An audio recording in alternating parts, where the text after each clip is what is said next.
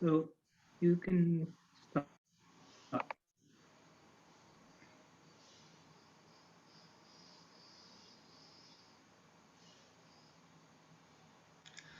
Joshua, whenever Hey, you're ready. Joshua, yeah. Okay, perfect. All right. Thank you all for joining us today. My name is Joshua Harris Till. I'm the president of the Young Democrats of America, and I have the privilege to be moderating the panel today on SDG5, the Gender Equality Initiative. Gender equality is not only a fundamental human right, but a necessary foundation for peace, prosper, and sustainable world. There's been progress over the last decades. More girls are going to school. Fewer girls are being forced into early marriage. More women are serving in parliament and positions of leadership, and laws are being reformed to advance gender equality. Despite these gains, many challenges remain. Discriminatory laws and social norms remain pervasive. Women continue to be underrepresented at all levels of political leadership, and 1 in 5 women and girls between the ages of 15 and 49 report experiencing physical or sexual violence by an intimate partner within a 12-month period. Today, we will be joined by some of the most phenomenal women I have ever had the opportunity to sit on a panel with. This, I believe, will be an amazing and insightful event for all of us today. We want to thank you to our sponsors, the mission of Afghanistan, and the co-sponsors, the missions of Lithuania, Pala, Norway, and Costa Rica. Today, I will be introducing a few of our panelists, and then we will get started with our panels. First and foremost, we are so thankful to have the Ambassador and Permanent Representative of Afghanistan to the UN, Her Excellency, Miss Adela Ross.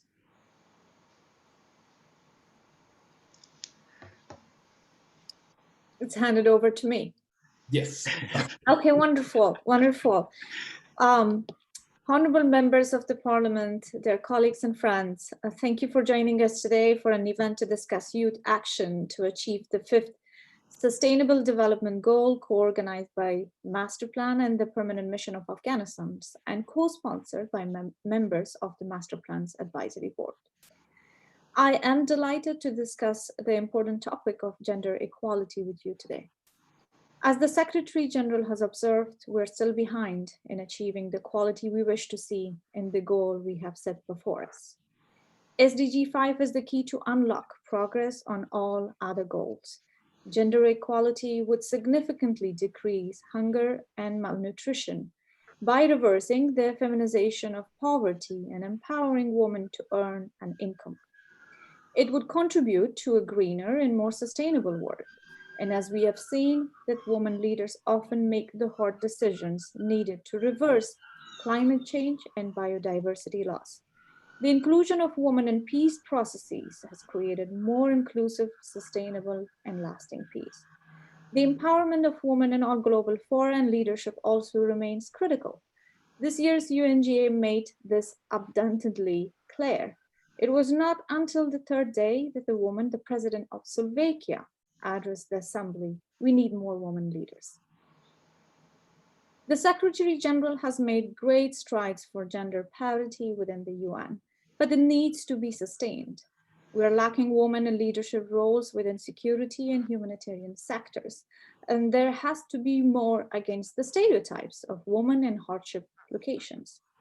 Dear colleagues, despite the challenges, I remain hopeful. I am optimistic because of the tireless efforts of young people like you all and your dedication to equality. Afghanistan is a dedicated partner in your efforts and committed to gender equality and the empowerment of all women and girls.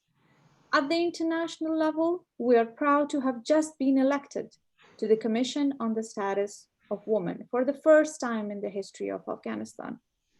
Our election is, our selection is an excellent example of Afghanistan's progress, the government's commitment to women's empowerment, and Afghan women's contribution to the development of the country.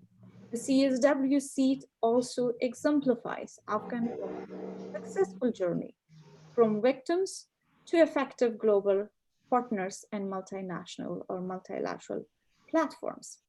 At home, the government of Afghanistan has taken many concrete actions to empower our young women and girls, increase women's participation in governance, and to reach SDG5. Among many, we have established a High Council for Women to empower women through leadership, especially in provinces. The Council has taken an inclusive approach and will include female deputy provincial governors to all provinces and women advocates, civil society representatives from governmental entities as well, and non-governmental organizations. The government has also decided to include mother's name on national identity cards. This is a very significant step in a traditional society to empower women and give them recognition that they deserve to have. This critical step results from the tireless work of our young advocates who champion their cause through the social media campaign, Where is My Name? And also His Excellency President's fearless and committed leadership. Women play a critical role in the ongoing peace process and the ongoing Afghanistan's peace process. The government's negotiating team includes 4 women leaders. In the peace Loya Jirga held in the preparation for the talks, women played a very substantial role. Afghan women are strong advocates for peace, but we insist on the peace that protects our gain and does not compromise our constitutional rights and ensures our political and civil rights that is granted by the Afghan constitution. Women are equal partners in the new Afghanistan, and the government is committed to protecting these gains. A peace agreement that's not accepted by Afghan women and youth will not be sustainable or implementable. Dear colleagues and friends, while much progress has been made globally, but we still have a long way to go. Too many girls remain out of school. Women in leadership are limited, and violence against women remain too high in many countries. Our youth is our critical force in our work to change the embedded stereotypes and harmful traditional practices. To continue our work and further empower youth to be the change maker, we need to collaborate and support each other. I am excited to take what we have learned in Afghanistan and contribute to today's conversation and discussion. I also look forward to learn from all of you the experiences of your countries. Through knowledge sharing and dialogue, I believe we still would be able to identify successful strategies to achieve SDG5. I look forward from hearing your thoughts during the discussion today, and I'm very pleased to be here. Thank you. We thank you so much, Your Excellency, especially for those very powerful statements. We are honored and privileged to be joined today by Kate Stone, world-renowned drummer, and we think that this will be a great way to start this off, to ground us, and to really share a little bit of who we are, what we care about, and what this means to us with the world. Kate, whenever you're ready.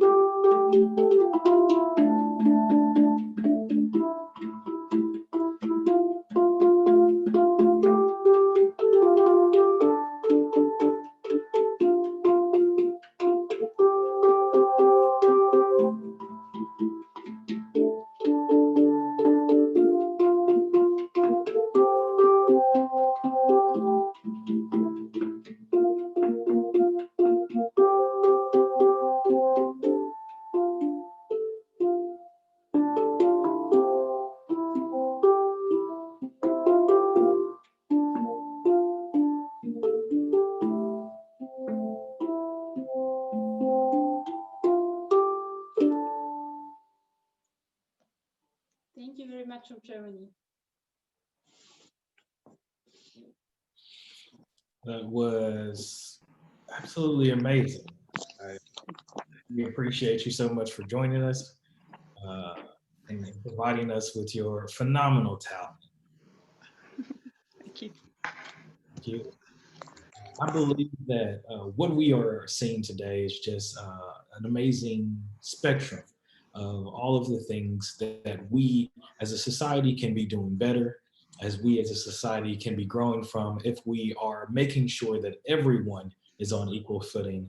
I'm honored to pass it over to a good friend of mine, LaQueza Moore, the 2019 or 2018. Which one? Let me get it right. 2019. American Union, obviously one of the most talented people that I have had the opportunity to meet.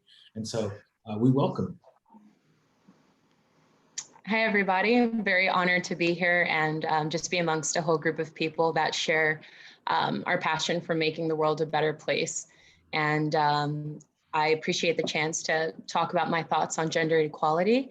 I'm just going to start with a very brief background. So as they mentioned, my name is LaQueza Morin. I was Miss African Union Queen for 2019. And I currently have a master's from Johns Hopkins University in public policy as well as public administration. So with those degrees in hand, I aim to basically work in the humanitarian field and tackle issues such as gender inequality, human rights, especially literacy rates in African nations. So in my opinion, gender equality encompasses equal access to resources, opportunities, as well as the decision-making processes within respective communities as well as regions. It refers to the economic, social, and political participation of both sexes, but it also extends to rights outside of those spheres, such as reproductive rights, freedom of movement, and an equally allocated sense of value that is placed on the behaviors, opinions, and aspirations of both parties. And overall, you know, someone may ask, well, why is it necessary for both sexes to have the same rights? It all leads to the point of creating and developing a self-actualized life where one can just be free to live the goals that they want and the happiness that they want to achieve in this lifetime. And so within regions and communities, gender equality is also important, but on a more global scale, you have more egregious forms of discrimination against women through harmful practices such as female genital mutilation, sex trafficking. You have femicide, wartime sexual violence, huge gender wage gap in what is paid to both women and men for the same amount of work that they're doing, and other oppression tactics. And these issues of gender equality, they extend to all facets of society. So you have health, where it really discriminates against women for health rights. An example is in certain parts of Africa, but also the Middle East and Asia, a woman's right to sexual autonomy and her reproductive rights are not recognized. This can be seen through forced marriages, coerced marital rape, which is not even legal in a lot of countries, but it's ignored or shunned upon in terms of criminalizing it. And the World Health Organization even cites women being unable to travel alone or going to places such as the hospital, and even making requests for their partners to use condoms are shunned upon in certain areas while simultaneously promoting male promiscuity. So you can easily see how that puts a woman's life in danger and harm. And even in domestic partnerships, some women don't have the right to choose how many children they want, or if they don't want any children at all. And so with all of these issues, as well as the lack of participation in the economic spheres, as well as the political spheres, a lot of the times in the political sphere, women are basically discouraged from taking office or going into Congress or taking on these leadership roles. So what you see is such a disproportionate amount of men in these positions where they're making the decisions that affect women, but women have no voice. And so you look at all of these issues across the globe and you ask yourself, you know, what can be done? And that's something that's being tackled on every level. But I think the main issue, and particularly with my policy background that has come to light for me in the most recent years, is the fact that a lot of these issues aren't tackled at the same time. So for an example, gender equality is closely tied to economic equality. For instance, if you seek to promote economic access and economic prosperity in one area, you get all these jobs, you have all these roles, but most of these roles are being taken by men. So again, you're furthering the gender inequality gap as opposed to promoting it, because if women don't have access to those economic opportunities, what would be the point in developing that without developing the value that society places on women? And so my whole premise and my thought process around strategies for tackling it is to really implement at a policy level measures that can not only assist women in finding these roles, but ensure that they have equal protections against being persecuted or even threatened for taking on these positions. And as part of the master plan, that is one of the core facets that we focus on with gender equality is that it's very closely tied to economic empowerment and for the whole of a region, not just women in their own right, but if more women are being educated as young girls, especially in African villages where girls at a menstruation period, they're being taken out of school for the duration of that and then brought back. That creates such a big disturbance in the ability to develop and maintain the mental faculties that boys do while they're in school. So that's a huge societal construct that needs to be broken and tackled. And so in summary, I think that the biggest issue needs to change at the policy level, where we have regulations and laws that not only protect women, but give them equal opportunity to gain access to the economic sphere and make decisions that not only affect them, but their family. And so I know we had like 4 or 5 minutes, so I'm going to end there. Thank you for listening. Thank you so much for sharing that, especially from not only the educational, but the policy perspective. We do have to make sure that we are tackling these issues from all directions if we want to be successful.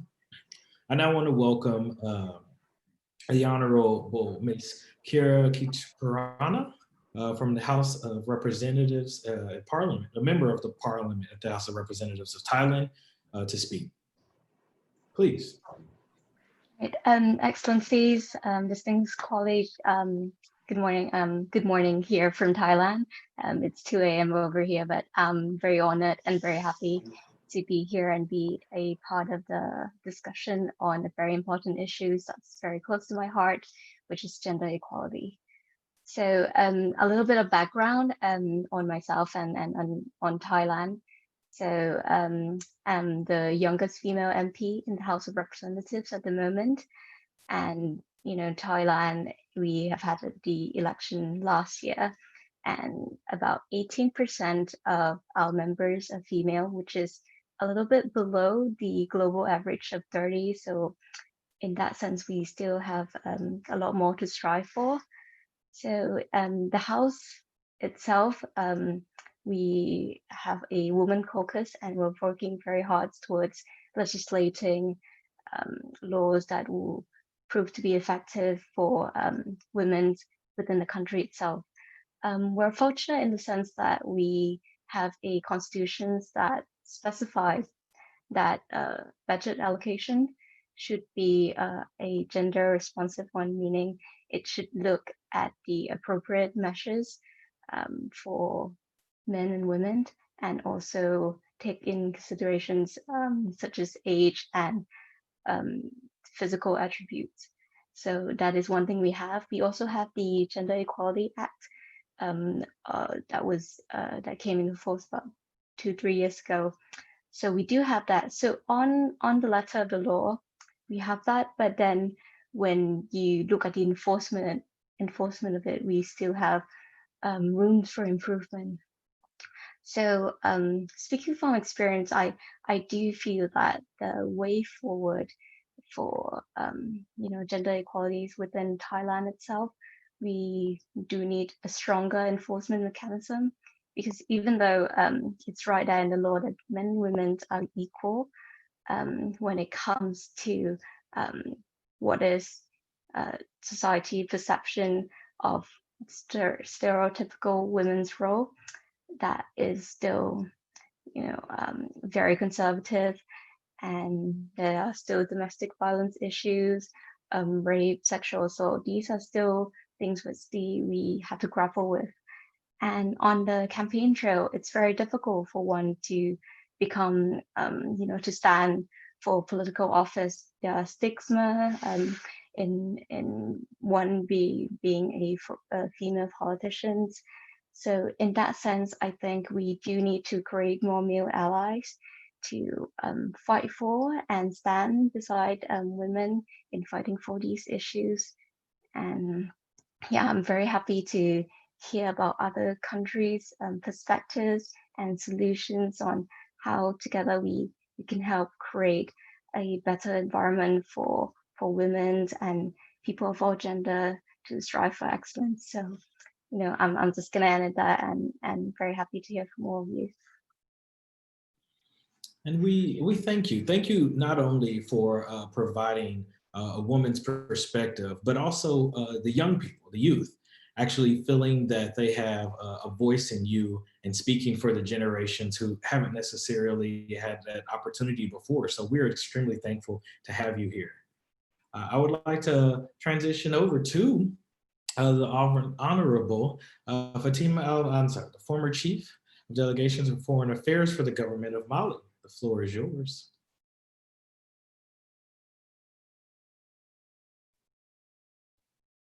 Do we just...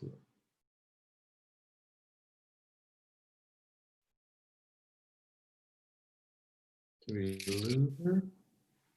Can you hear me now? I can. Is it fine now? Okay, perfect. Yeah, we're good. We're good. Hello, everyone. I don't know. Can you hear me now? Is it good?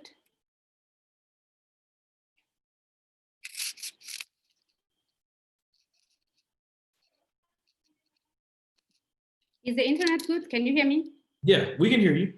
Okay, I was wondering if you. Hi, everyone. I'm very happy to be here and very honored to be one of the panelists. Thank you so much for having me over. I'm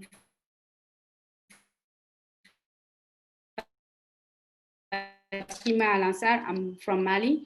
I'm Foreign Affairs and also head of mission, Peace Network in Mali, which seek to train young girls from all over Mali to become peace ambassadors by doing different community-based activity, community-based projects in the different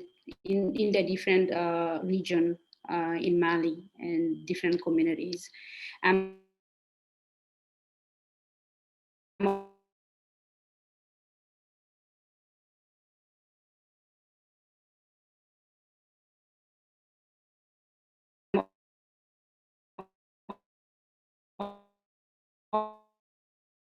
also an analyst, relation analyst. I write a lot on gender policies and gender improvements.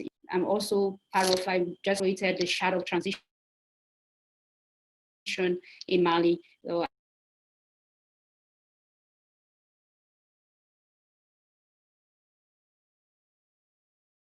I was one of the youngest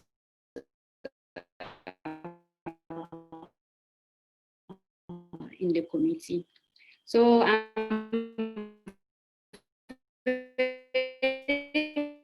happy to be sharing.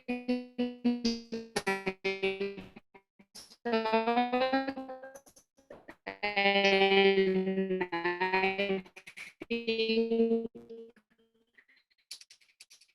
it's a very important topic.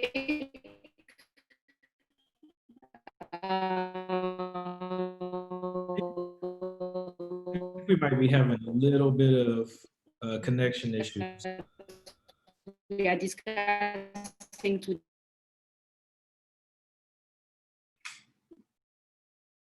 Can you hear me, Fatima? today, and it's something that really, being a young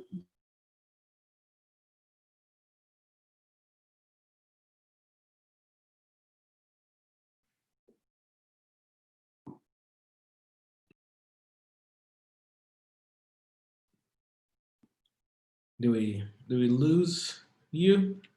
You're having a little bit of connection issues, and so you were kind of breaking up a bit there. Can you hear me?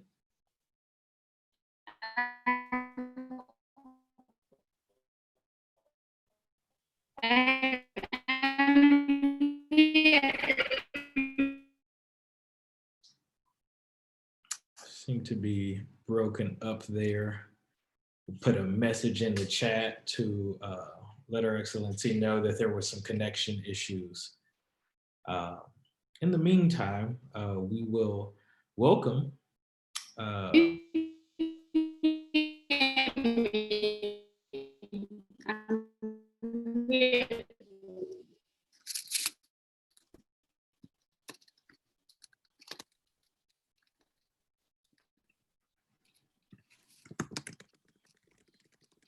Hello. Can you hear me? Hello. I can hear you now. Can you hear me? Can you hear me? Yes, Yes. I can hear you So now. should I start all over? I don't know if I was speaking by myself this whole time. Yeah, we lost. We didn't get the majority of it. So if you want to start over, that's fine. Okay. Hi. So let me know when you can hear me, so I will stop because I wouldn't know. We can hear you. You're good to go. Yeah. I was saying that, hi, I'm Fatima, a former special advisor to the. I'm also a founder of Tiwat Peace Network. Tiwat Peace Network train young girls from all over Mali to become peace ambassadors through like different community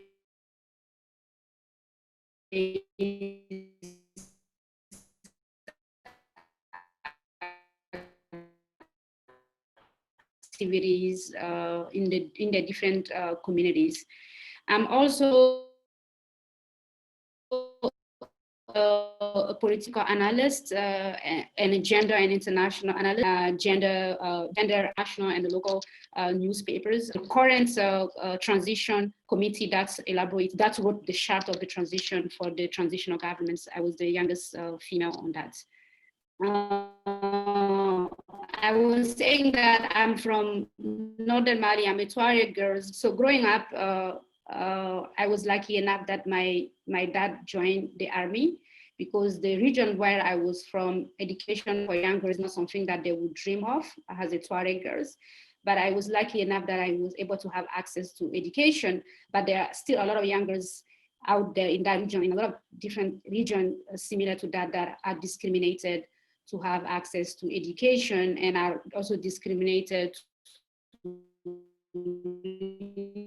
fully participate in the system. Also represent the majority of those affected by conflicts and also a daily discrimination. They have been historically been discriminated from formal process dealing with war, peace, in time of conflict, the risk of experiencing extreme violence when leaving one home or community to perform daily activities is very high, preventing women from moving around safely and living their life with dignity. Currently, young girls in a lot of countries, especially in wartime and conflict countries, women are raped. They are used as weapons of war, sexually abused, enslaved, and even sold in exchange for power during negotiation process. Despite the disproportional impacts of conflicts on women, they are still in process and all form of development process. Gender equality is essential for sustainable development and sustainable peace. Women represents, for instance, in Africa, more than half of the 1-2 billion African population. To be more specific, around 600 million African population are women. But still there are most of them are the ones who are discriminated from the system to fully participate in the development of their country. Here are some of the challenges that impact women fully participation and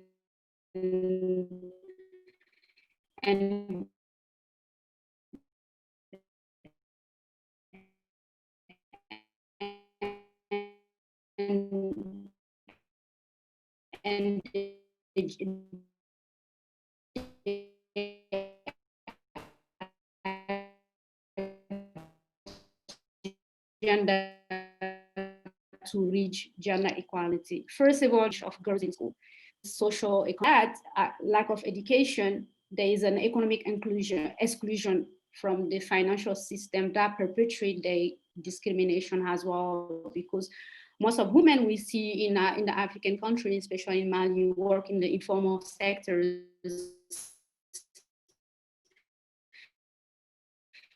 That doesn't value them, that doesn't also contribute a lot on women's on gender equality agenda. There is also a huge, because of the lack of education, it limits access to financial inclusion. That also limits women participation in the political and the public life as well.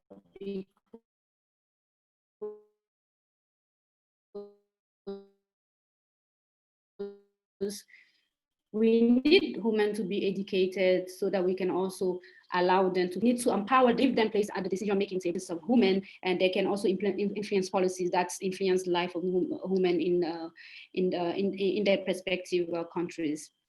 Also, there is one last thing, but very important, is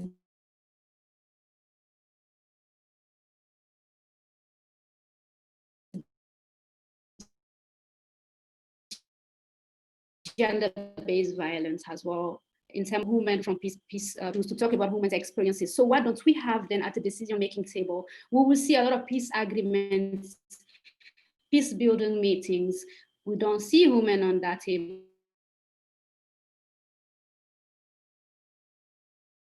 So why? But when we then, and those are important measures standing barrier to achieving gender equality in Africa and in the world as well. But surprisingly, since 1979, the Convention on the Elimination of All Forms of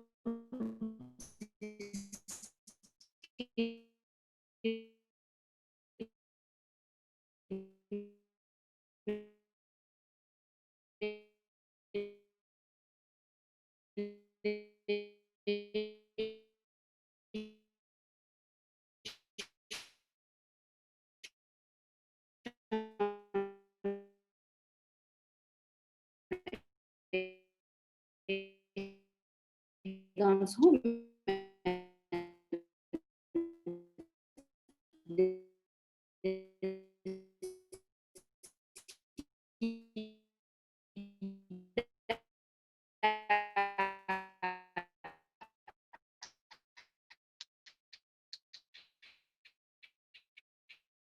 it's an international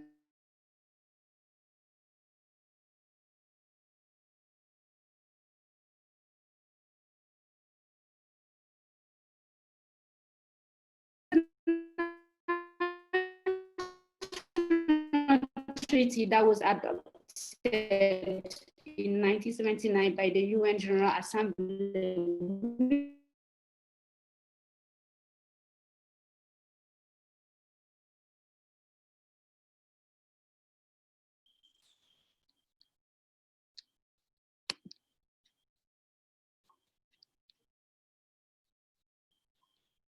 Hello? Yes, we can hear you.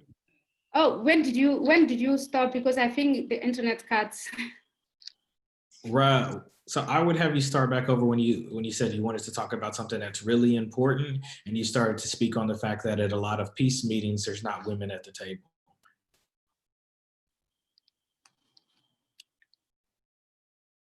Hello? Can you hear me? Yes.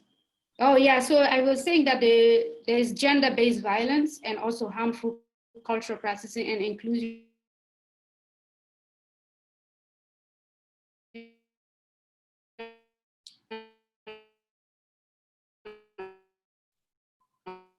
Maybe, can you hear me?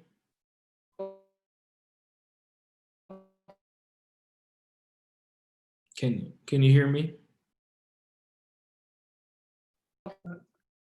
Apologies, everybody, but due to the due to the time frame that we have, we will have to from move peace building table. with the meeting. Who is better than talking about? Hear me? This internet. Yeah, unfortunately, like No problem, I understand. unfortunately, we'll hear part of what you're saying, and then you'll cut out, and we'll miss a lot of the meat of what you've been trying to share with us. Apologies for that. No problem, I understand. I'm sorry. What did you say? I said, no problem, I understand. I mean, I was speaking this whole time. I didn't know that you guys couldn't hear me. Yeah, it would go in and out, so we would be able to hear you clearly at some points, but not at others. But I think that we did get a lot of useful information out of it in the bits and pieces. Okay, perfect. That's fine. All right. Well, we want to make sure that we continue this. So I want to welcome the Executive Director of Collegiate Internationals, Ms. Diana Boss, to speak. Hello, Excellencies, distinguished colleagues. Thank you for convening this meeting. In the name of Collegiate Internationals, the largest international organization which promotes needs and rights of international students, I would like to greet you all. Let me start this speech by mentioning that in 1945, there were only 4 women present at the first UN meeting in San Francisco. Today, 75 years later, gender equality became the most prominent topic of the Agenda 2030. However, the question is, have we really achieved a full realization of women's rights? Nowadays, we are all witnessing how the pandemic of COVID-19 is deepening pre-existing gender inequalities as women are at higher risk in the present situation in economic and in social terms, but also at high risk to be victims of gender-based violence. Women make up 39% of global employment, but account for 54% of overall job losses. Therefore, being aware of different experiences faced by women and men during the pandemic, and already knowing that women will be the backbone of the recovery, SDG5 must ensure that strengthening efforts and gender-responsive politics will be accomplished on the global level. Until today, many countries accomplished adoption of anti-discrimination legislation, implementation of national action plans, as well as development of institutional mechanisms that aim to preserve gender equality on all levels. I believe that this is a good start if we want to achieve sustainable development goals, human security, and lasting peace. Moreover, gender equality is fundamental for environmental sustainability, which is also at the center of our attention. Although there is no prompt solution for gender equality realization, we must ensure open discussions like we had one today, because Agenda 2030 is made for us, younger generations, to take the lead and correct the mistakes that were previously done. With hope that master plan will serve as a solid platform for our future work, I thank you all. Thank you so much. And we appreciate having you here with us. And I want to recognize the chair of the master plan, Christo Thomas. Will you introduce yourself? Yes, a very good evening. Thank you, Excellencies and distinguished delegates. It is actually indeed an honor for us to have you. And basically what we said is our initiative. So we all are collectively bringing out something for the general good. So my role is just to explain to everyone who was first time hearing about the master plan. It is actually a consortium, a global consortium of nationally elected youth leaders, like national heads of the national student unions, youth political organization, and youngest parliamentarians. We are concentrated on 2 fundamental objectives. One is to implement the UN SDGs, which is SDG 3, 4, 5, 13, 16, and 17, and promote the UN International Day of Education. With 108 national student unions, almost a half a dozen of national youth political leadership, and over a dozen of parliamentarians and counting. I think we are now envisioning to be the only and largest youth leaders consortium ever formed, and particularly in the UN realm. 75 years ago, few leaders joined together and created the United Nations. Now, we collectively is actually creating another consortium, not so as powerful as UN, but probably we will be, to support the UN. We don't have any other particular agenda apart from carrying on the UN's agenda. The big difference with us and the UN is UN has SDGs and they have targets. But for us, we have common agreed program, like how we did the I Am With You campaign, which is a common agreed program, which we all participated. So these are our ideas, and that common agreed program is actually from ideas from different sectors. Everybody contributes to it and say, okay, this is what's a good idea is. So we fundamentally focus on SDG5, but activities and strategies is completely different, because we believe that we are capable of leading the world than the contemporary leadership that we have. It is not to blame them, because we are the majority. Between the age of 21 and 35, 24% are the youth. So master plan also defines youth between age 21 to 35. Again, if you go into the UN realm, no one has specified the age category for youth. So, but we are bringing in that particular category so that we can administer them easily. And also we look into trend of like the voting rights age and stuff like that. So this is our idea, this is our vision, and SDG 5 is actually one of the fundamental priorities of ours. And we are so grateful to have a strong leadership, and especially we thank Her Excellencia de la Raz. She will be the chief advisor for SDG 5 in the master plan. And we also enjoy the advice of 10 permanent representatives as in the advisory board. And as we are learning that there are more would like to be in the advisory boards, and some of them. So what we are trying to do is like we are giving them as not as standbys, but as interested member states. So particular SDGs, other member states also helps us. So I think with these potential, we can achieve a lot, and we must be achieving a lot. And I think not just us looking at each other, there is actually humongous number of people. And then we are becoming the voice of the youth, because you, especially parliamentarians and national leadership, represents not just one or two, but thousands of your constituents. And now we also look forward for the guidance and advice from excellencies. And again, once again, thank you all. And we had a very productive event early today for SDG 13 on climate change. So we now look forward to have a very productive one in this meeting as well. Thank you very much. Thank you, Joshua. Thank you as well, Krista. We want to jump into some Q&A, but before we jump into the Q&A, I would feel remiss if I did not recognize and allow Her Excellency the opportunity to speak. She is our keynote speaker, and she will be providing us with the meat of our presentation today. But I also believe that she would be great to share some of these questions with as we do the Q&A. So I would love for her to speak before that. The Ambassador and Permanent Representative of Lithuania to the United Nations, Ambassador Audra Pilipe. Would you like to? Thank you very much. And first of all, thank you for inviting me to this so important event. And thank you, Krista Thomas and Joshua as well. And thank you, Joshua, for introducing me. I think I'm very much honored, whether it's like keynote speech or I thought just to more try a bit to add to this discussion, which is so important and so good. And it's the biggest pleasure also to see so many already politicians, women accomplished already, so and still in such a young age, which is I think is also very important. So they really know how to achieve that, and so they could be very good example for the young girls and boys as well to strive for the gender equality.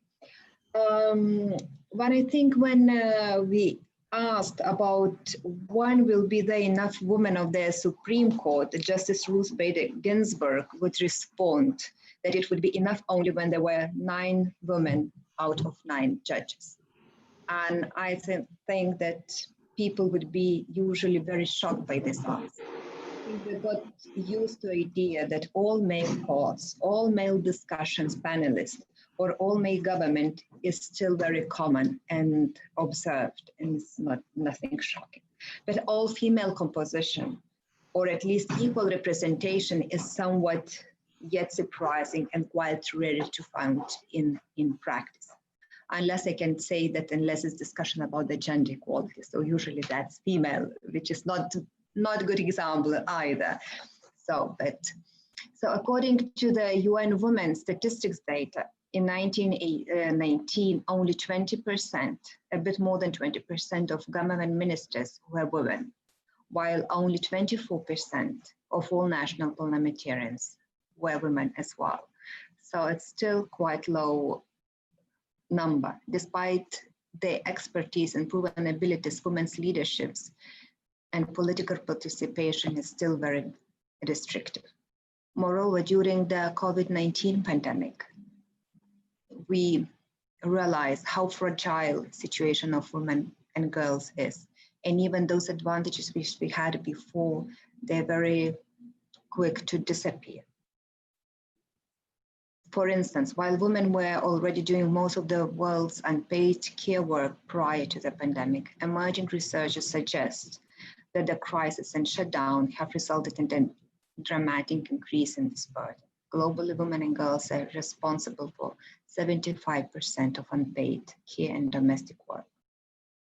During the pandemic, unpaid care work has increased even more, with children out of school, heightened care needs for the older people, overwhelmed health service.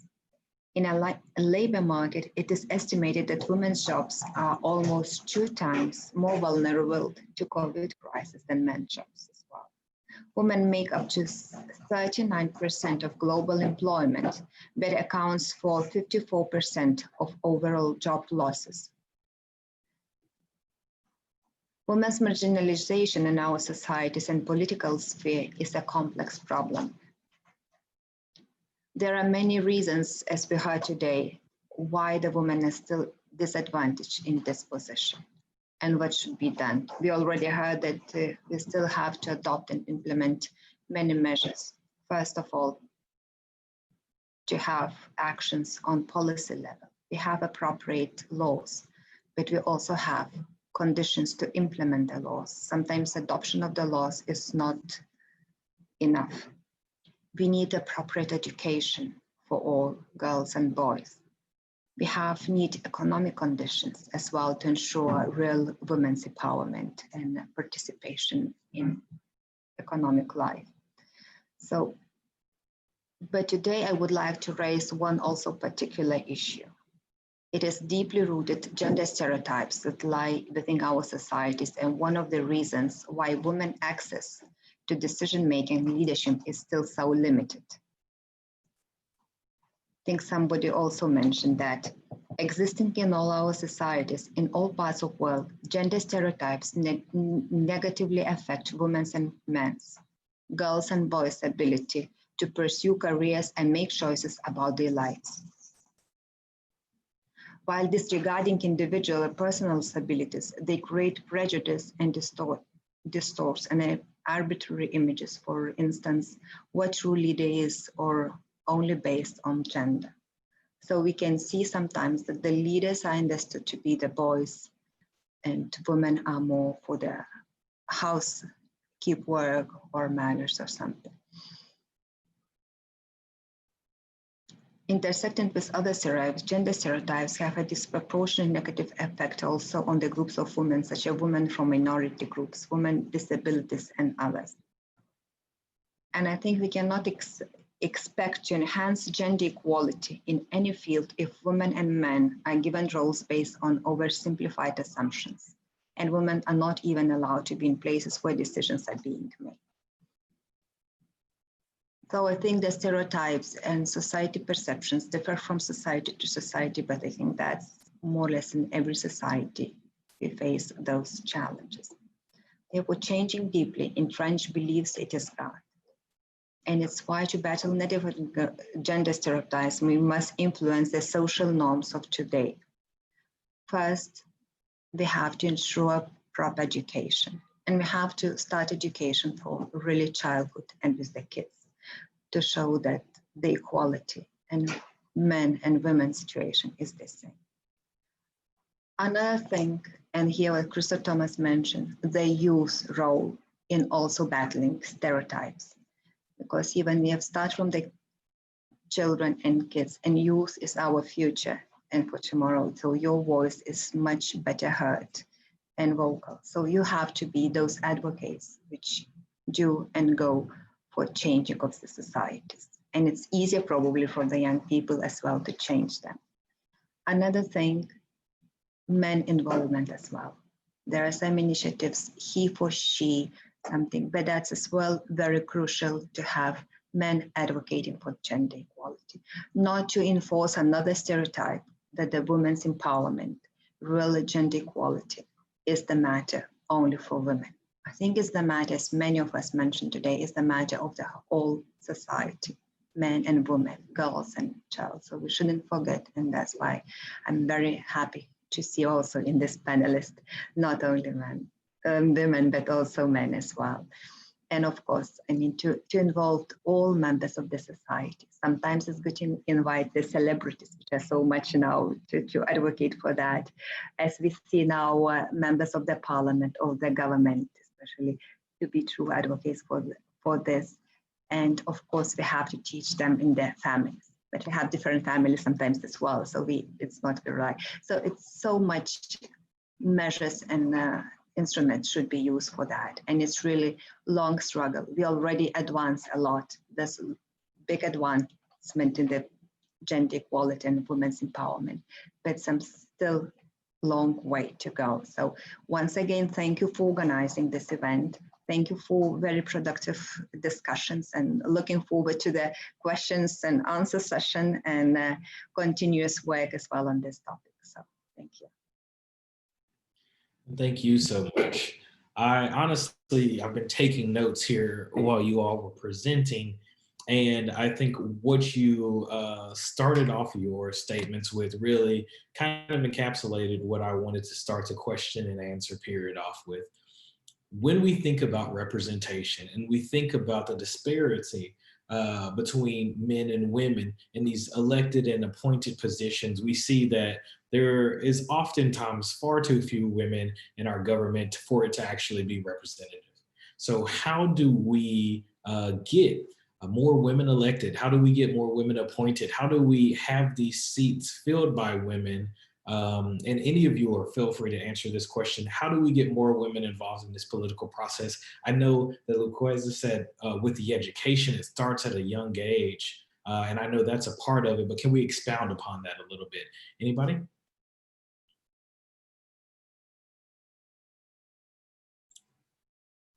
Luqueza, you want to start? I can try. I don't know if my... I'll go ahead, and since I did allude to that. But I can try. Oh, sorry, can you hear me? A little bit, yeah, I think we can. You guys were talking at the same time, so I don't know if it was the connection or that. Try again. Fatima, can you hear me? Yes, can you hear me? I can. Yes, so I was like, I'm gonna try to answer it. I don't know if my internet will allow me. As everybody already mentioned, there is a lack of education, so I'm not gonna go further on that. But I think there is also a huge, for instance, in Mali, we have a quota for women in the parliament. We have 30% of quota for women participation in the parliament, but we have never reached that quota. So there's not also a problem of policies, because the policies are there for women's participation, but how to get there on that table, that's the problem. So there is a lack of mobilization, and also there is a lack of pushing more women in, and also putting pressure on police, those who are created policy to implement policy. So I think we need to have movement. A quota, it has to be implemented. Thank you so much for sharing that, Luqueza. Can you hear me? Just making sure that, okay, great. So going off of your question, I think it's also changing societal norms and attitudes around women in those power seats, because you can throw an election and say, hey, you know, we want a certain amount of women or a certain amount of men in certain seats. But if women are fearful about taking that step forward and being acknowledged because of previous experiences, how society would view them in that seat, that's going to create a stigma around taking up those positions. So I think that what we really need as well, in addition to the quotas, which I think is great within Mali that they have that to ensure equal representation. I think that a lot of it is media as well, especially with the youth growing around the world and the music that they're listening to and the messages that are being ingrained from television, movies. I think there needs to be a huge shift in the perception of women and what they're capable of. And I believe that when that happens, the attitudes will start to shift and more women will see themselves as capable, as viable, and as valued in terms of their opinion, and not just in their community, but globally as well. So I think a lot of it has to do with the mindset.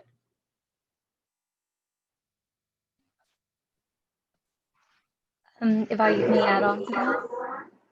Please.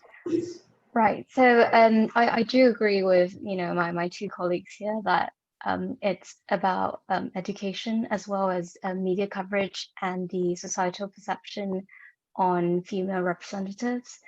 I do feel that when the media sometimes focuses on things that are maybe not issues for our male counterparts, that's where society will focus as well.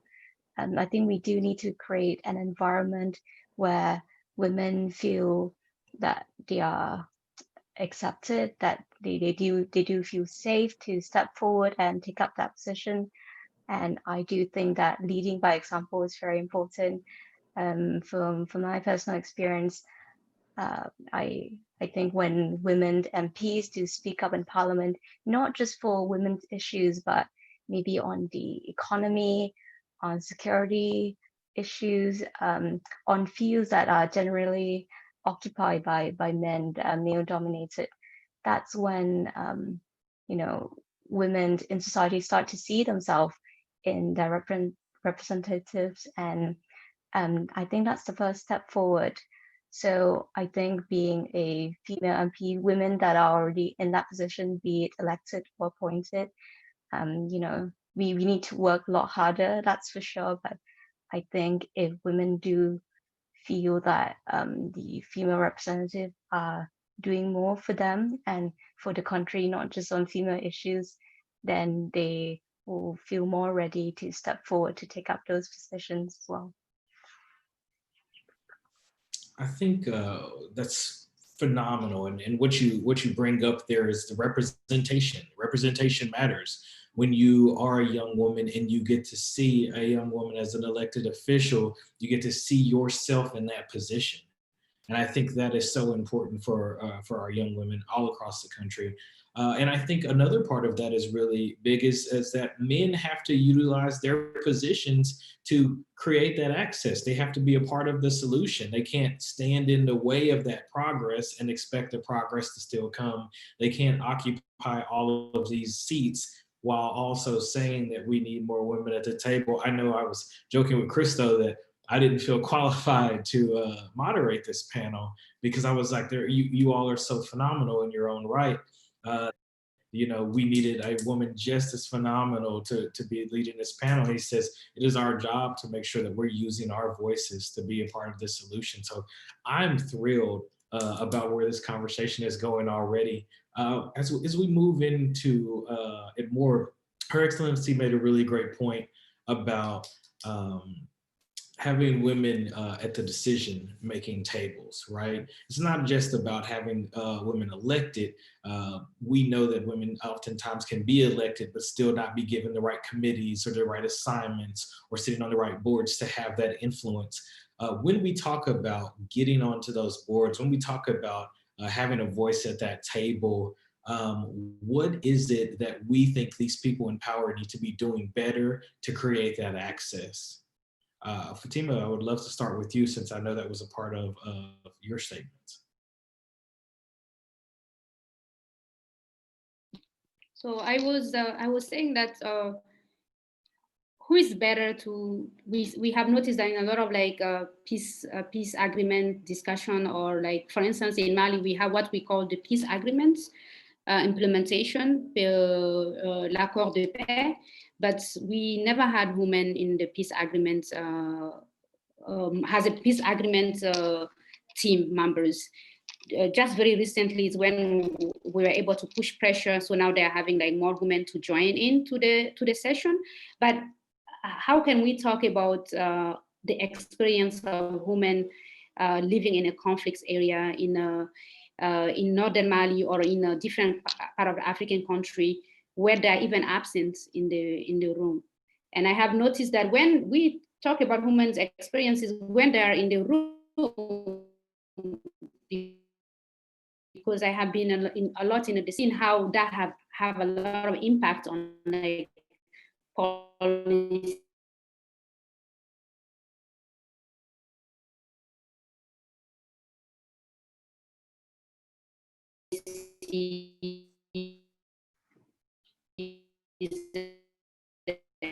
and changing mind, or like making a few change even on a different article on different law in the room at the decision-making table, and also listened, and also that it can be hard and it can also be discouraging for a lot of young women, because being the only female in the room, it's not easy, because you feel like big, so it's a lot of pressure. So, and it's come with a lot of like, you have to be mentally strong. So that can discourage a lot of women, even if they have the opportunity to go on that decision-making table and speak, because there's one thing to be on the table, but there's another thing to speak, because you can be on that table and not say anything because you will be intimidated just being the only female or just being two female in the room. So the internalization of just not being good enough or you shouldn't be here also have a lot of pressure on you speaking on that table. So I think we, as you mentioned, men who are in the room need to give space to women. And if you are the one facilitating a panel discussion full of men, there is one female, make sure that you give that woman time to speak, ask her questions so that she will feel like she's included and she's part of the discussion, because it's not easy to be the only female in the room and represent the voices of this very important majority group. Mm-hmm. That is, and that's really powerful. And you speak very loudly about the fact that there are oftentimes only one woman at that table or a few women at the table, but they make up such a minority of that conversation that it's oftentimes just taken over by the men who are speaking on it. And I want to make sure that for our viewers that we make something very clear. What we are not saying is that men have to empower women. We understand that women are powerful in and of themselves.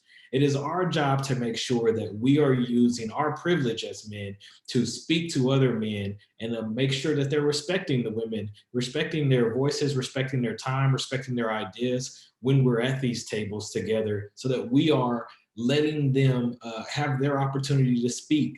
Because more often than not, it's not just about us having them there. It's about us being intentional and making sure that their voices are heard. And so every single time you're in a room and you have an opportunity like that, I want all of the gentlemen listening to be making sure that you are going out of your way to ensure that the women's voices are being heard at those tables. And don't think that you did anything cool by it or that you deserve any credit. It's something that should be standard. But I do want to continue on this if anybody else wants to speak on that, especially when we talk about being the only woman in the room or at that table or in that conversation. Gotta unmute.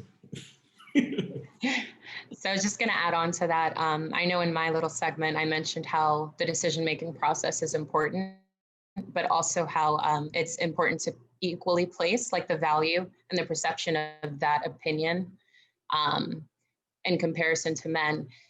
So what I mean by that is in the same way that there should be a balance of men and women in these boards or on these seats making these decisions, there should also be a balance between whose opinion is what and what that opinion could bring to the table.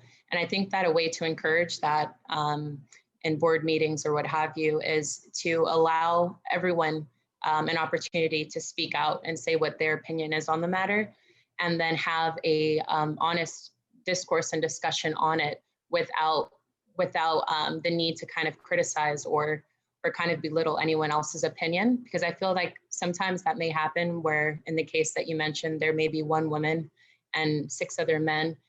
She may say something that somebody immediately shoots down, and that stunts her ability to continue talking or even feel confident enough to voice what she wants to say.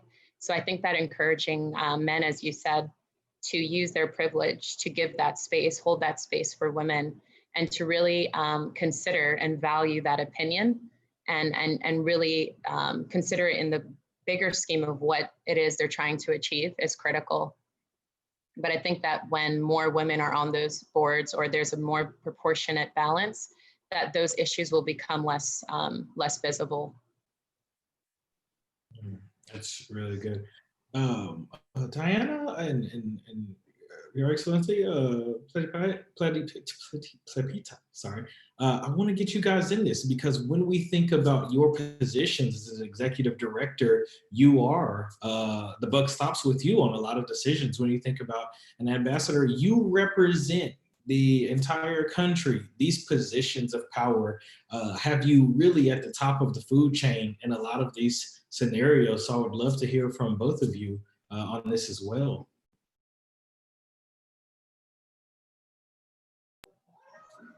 I will maybe then, if that's, it's very difficult to say, but I think what it was already said, it's very important to encourage women to go for senior position. Sometimes it's not only nomination, but it's also for the women lack and courage to show that they want to do that and they won't go, because I think we tend to be that it's regarded what we do, but not when we ask. So I think that should be somehow, even women should help other women to go for that. I wouldn't mind quota system as well. I know we discussed before. It doesn't function per se. If we have only quotas, it would not function only that.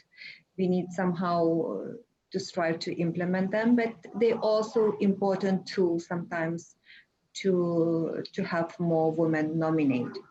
When they have nominated as in the executive position, on the higher position, then everybody sees that the work is done and gives other encouragements and good terms to continue that. There was a previous question about the parliaments and decision. Sometimes political parties, involvement of the political parties is also involved, very important, and they have quotas or at least some internal decision how many women should be presented on the list or something. So I think that is good. Another thing which is also good, private sector, to have women on the boards of big international companies as well. That's also very much dominated by men, that area, but it comes in the executive directors or CEOs, more women or something like that. So I think it's also a very good example and encouragement for other women to seek, and also for companies or parties to nominate women as that. So. Yeah.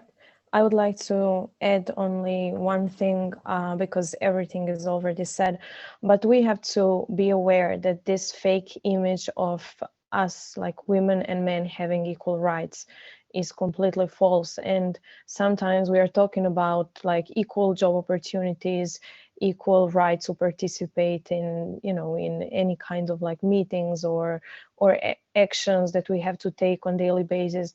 This is not true. We don't have the same rights. Women are unfortunately not joining together in this action, and this is the biggest problem. Women are not united in the fight for their rights, and I think this should be much more promoted, that we should all fight for our own rights. Unfortunately, until now, those are like small groups of women who are then called feminists, and feminism is sometimes even perceived as something negative, even though people are not even aware what feminism means. And men who are called feminists, this is also something that is said to a man in a bad way, you know. But unfortunately, every man, we don't know, I mean, many of people don't know that every man who thinks that women are equal to them and they are nothing but the same human being are actually feminists. Unfortunately, it's still not perceived as something positive. It is still perceived as something negative, like feminism. Oh no, she's a feminist, she's fighting for rights. And in a man's eyes, it is still negative. And this is what I would like to add. This image of women and men having the same right and equality is now like considering 100 years ago is much better, but it is basically just, I think it has a mask, but it's still, there is a huge difference between equality and inequality, and we are unfortunately still living in an unequal world. And I think that we can only fight that if we women stand up for each other and really take this seriously, because we are not enemies. And sometimes women, because they know how hard it is to come on the top of their, you know, of their organization or in whatever, you know, thing they are competing with other women, they know how hard it is. So sometimes they are not helping other women because something that they achieved that is a huge achievement, because men put them some barriers that they had a very hard time to jump over those barriers. And once they get the top, they're not helping other women, which is completely wrong. But unfortunately, I think this still exists. Wow. And I mean, so many different powerful things you said in there. My favorite being like, let's throw out this fake image that men and women have have equality right now, right? That doesn't exist. So like, let's not, like, as soon as we accept and establish that, then we can start working on a solution together. We only have a few more questions, but this is going phenomenal. I'm trying to decide which one I want to go to next. I think Luqueza, we'll come to you next. Obviously, winning Miss African Union, we know that this has a lot of the pageantry of it. We know that a lot of people expect these people to just be attractive. They don't expect them to be smart. They don't expect them to be policy focused and driven. We see this across the board. For so many people, they only look at you for your looks and your attractiveness, and they don't kind of pay attention. How do we break down this societal norm of sexualizing colleagues when we really need to be focusing on coming together and sharing ideas? How do we move forward in a positive way in that respect? That's a fantastic question. And just from my own personal experiences, I have faced that everywhere in terms of the work field, or even if you're out doing a promotional event. I know with Miss African Union, I would do a lot of different photo ops, which was a great opportunity to promote literacy, such as the one I did with Books for Africa. I went to the AU conference for the Assembly of the Heads of States of African countries, and that was a very eye-opening experience. Just to see the ways you can get involved, how you can network and leverage your platform. But to get to your particular question, I think a lot of times media tries to portray, I guess, attractiveness or physical attributes as inconsistent with intelligence or capability. And that's very unfortunate, because there's all of these stereotypes around that. And I feel that a lot of women or men that are deemed that physically attractive or what have you actually become discriminated against by their own physical attributes, if that makes sense, to the point where they're thinking now, hey, I look this way or I'm perceived this way, so I'm not expected to have a voice. I'm not expected to be able to read or research or discuss topics at length and actually have a healthy back and forth on what it is people want to talk about. And I would say that a way to discourage that is to be more confident in yourself, do the exact opposite of what they expect. And especially with comments that may be degrading or belittling, treat it with love and kindness, because at the end of the day, what they have to say or think about you has nothing to do with you. It's a complete reflection of who they are, and it has nothing to do with you. So I think teaching women, especially young girls that are very impressionable at such a young age, that what people say or do have no impact on you. It's about them. I think depersonalizing that would really allow more women and girls to have the courage to speak forward, because once you let that voice out, there's no more stigma around you. There's no more confusion about what your purpose is, what your vision is, or what you can bring to the table. It's just complete divine intelligence, it's divine passion, it's divine heart that's coming from that person. And I think when people are able to see that, that'll become less of an issue. I really like that, and I love that, because it's the perspective, like, oh, speaking to young women, we're like, you're beautiful, and they're like, well, so you should be a model, but instead changing it, like, you're beautiful, so you should be an astronaut, or you should be an ambassador, or you should be a representative, right? Or you should be an executive director. Reframing that narrative is a phenomenal. I love that. I love the way that you spoke on that. Does anyone else want to jump in on that? Crystal. You have to Excellency. So the most important topic that we all raised, one of them is the reservation. So as a CAP, as a common grade program of the SDG5, we are actually putting forward a kind of a project to get reservations for women. So all the members of the master plan group, the student unions or political organizations, we are requesting them to give the second highest position reserved for women, having all other options open, like they can contest in all other positions, but the second position actually reserved for women. So it will actually encourage more women to come into socio-political activism. And again, we also kind of shy away from celebrities. For us, the celebrities are political leaders like parliamentarians, and so because their voice is actually really mattered. So we call it as a political characteristics that is in politicians, and we have been actually wrongly framed. Well, politicians means like corrupt. No, it has come. That is never a thing. Of course, corruption is there everywhere, but now we have more, especially in master plan. We have almost 10 youngest parliamentarians who are women, and we have only very less number of men.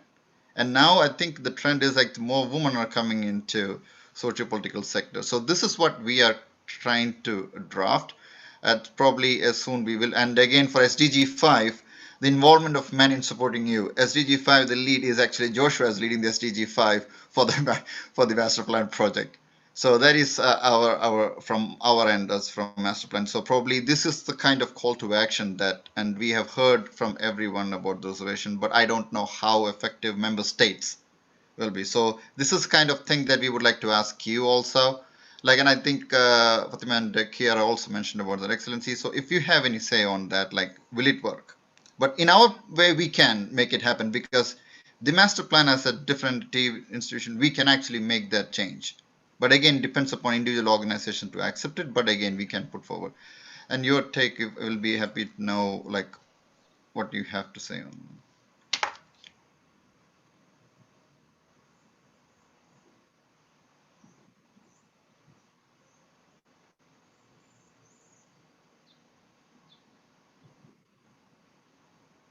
I didn't understand. The question is for me or Yes, for?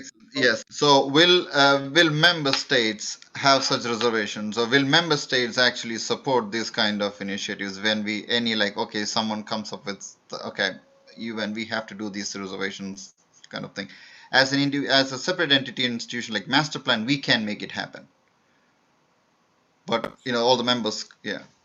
No, as a human being, member states are also very different as well. So I cannot speak now for all the member states, but I think any action which goes for the gender equality and women's empowerment is important and do whatever as a field, especially such NGO or organization as Master Plan, which involves youth and young people. I think it's very important that would change and perspective and would take concrete steps.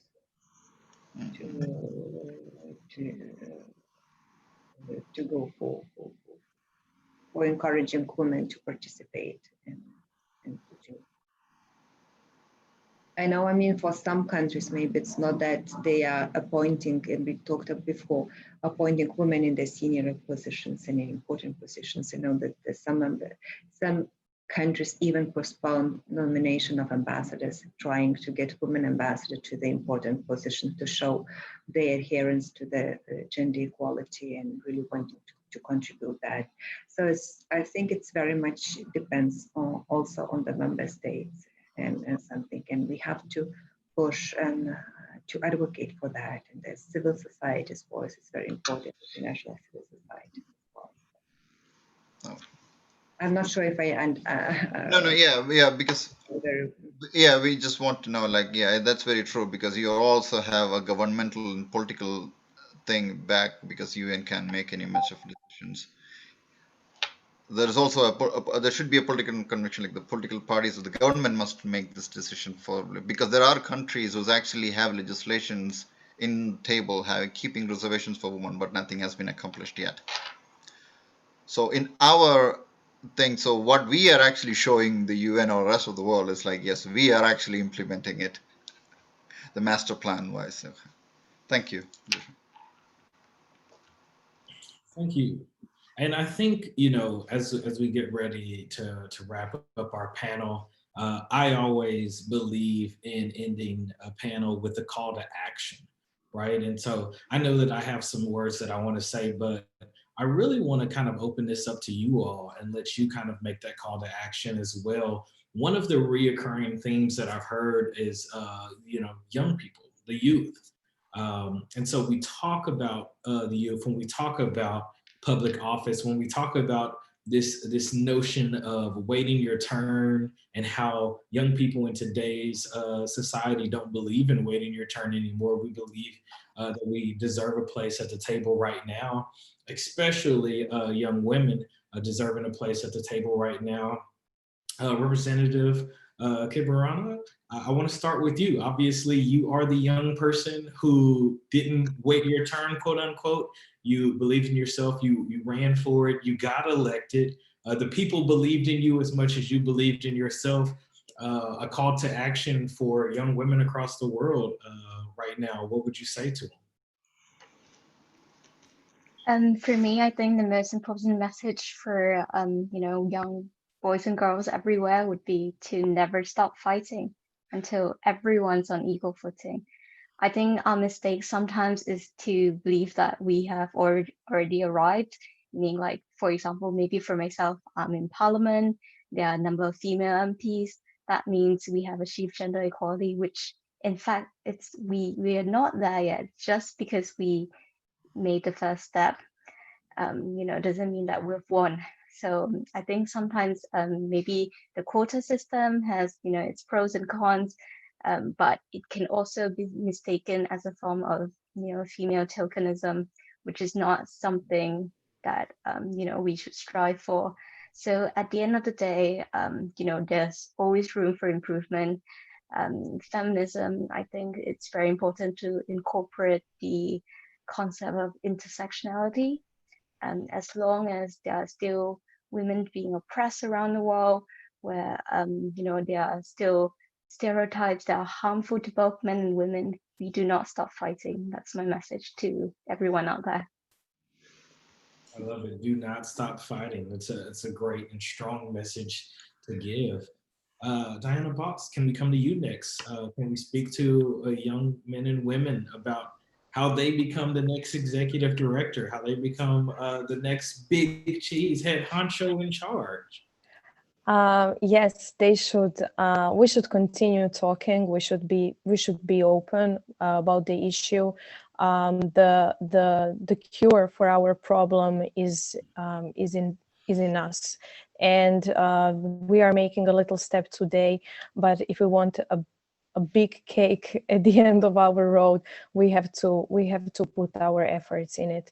And my message for everyone is just to be honest and just to fight and be open about everything, because, like, we are free, and we should talk, and we should call out everything that is not working. So for us, it is very important to stay active, and the good days will come. That's right. I love it so much. Call out everything that isn't working, not just some of the stuff. We have to be open and honest if we really want to see change. And so I appreciate that so much. LaQueza, I'm waiting on you to run for office. I know it's going to happen soon. You might not agree with me yet, but it's okay. You'll get there. Do you have a message for everyone today? I'm like over here, I can't stop smiling because I just love all the messages that the ladies before me have said. Don't give up, call out everything that isn't working. And I guess one more to add on to my already passionate disposition about this stuff is be who you are. I mean, seriously, as simple as that is, it's the most profound statement. There's only one you in this entire universe. There's only one you that can do something that somebody else can't, and that's what the world needs from you. Don't try and mold yourself into what you think is appropriate. Share yourself. That's why you were born, because at the end of the day, you don't want to look back and realize you missed out on your life purpose. And whatever that purpose is for you, just follow it, and don't give up. There's only one you, and the world needs all of that you. We need you to run for office. You call me as soon as you get ready to. I'll donate. I'll be the first donation. Your Excellency, can you wrap it up for us? Can you bring us home? There's so many important things already being said. Very true. I would also say that believe in yourself first of all. Trust yourself and know what you want, and go for it. Don't be shy also on your ambitions and aims. The sky is the limit. So as Diana mentioned or something, there's still long way to go. So go for that, and don't get back or something. And another thing, be inclusive. Go with others and involve men and women and children, kids, boys and girls, something like that. That should be also ambition of the whole societies, and more we strive together, better results we achieve and faster. It was believed. No, I love that so much. Know what you want and go for it. It's not just about kind of having these dreams. It's about believing in yourself 100% and achieving everything that you want to achieve. I would just, if I can add anything, and I don't think that I can add much, but what I want to add is that everything about my success, every ounce of it is dedicated to some woman in my life who gave me the opportunity. Whether it was my mother teaching me and raising me to be the man that I am, whether it was all of the amazing women who have opened doors for me and opportunities for me, whether it was my best girlfriends who have all held me accountable and let me know when I wasn't doing something right or when I was slacking. You all, and then even this panel. I've learned so much from this panel alone, and I'm so inspired by the amazing things that you've all shared with us today. Women have so significantly impacted every single person on this planet. There is nothing that you have achieved that a woman didn't touch. And so when we think about that and when we focus on that, then we understand that there has to be equality across the spectrum. We have to understand that when we look at each others as equal, and when we allow equal equality and collaboration, then we will always be more successful than we are now. This panel has proven to me once again, I'm definitely like the least intelligent person on this panel, and I'm pretty smart, but I've got to be inspired by all of the amazing wisdom that you all have shared with us today. This has been absolutely phenomenal for me. I thank you all for joining us, and I'll give it to Crystal to end. So yeah, so we are actually, our secretariat is actually drafting the minutes of the call to action, so which we will be submitting it to Her Excellency Ambassador Delores, and then we'll be forwarding it also to Ambassador Audra, and then also the chief delegates to go through it, and finally we'll be submitting it to the 193 member states. That is now the advisory board approval, and then we'll be submitting. So probably yes, one of those things that we put forward was a reservation, and then we have a lot to discuss on that, and other creative and productive actions to be taken, and we are looking forward to hear more. And I believe other female parliamentarians who are actually focused on SDG 13 and SDG 4, which is education, so they're all split. We will actually ask their opinion as well. But this will be the consortium, the team that will be working especially on. And there's a humongous responsibility to you, Mr. President. So first of all, thank you very much, and we will be submitting these documents to you guys again. Thank you very much. May I just say to Joshua that he was a great moderator and that we really enjoy his moderation. So Joshua, this could be your new job if something goes wrong where you're now. You're doing an excellent job. If I get to hang out with people as awesome as you all, then I'll take that job. This has been a pleasure. Thank you so much. Thank you very much. Thank you very much, Honorable Kira and Fatima as well, and Excellency as well. Thank you. Thank you. Bye. Thank you. Bye. Thank you all.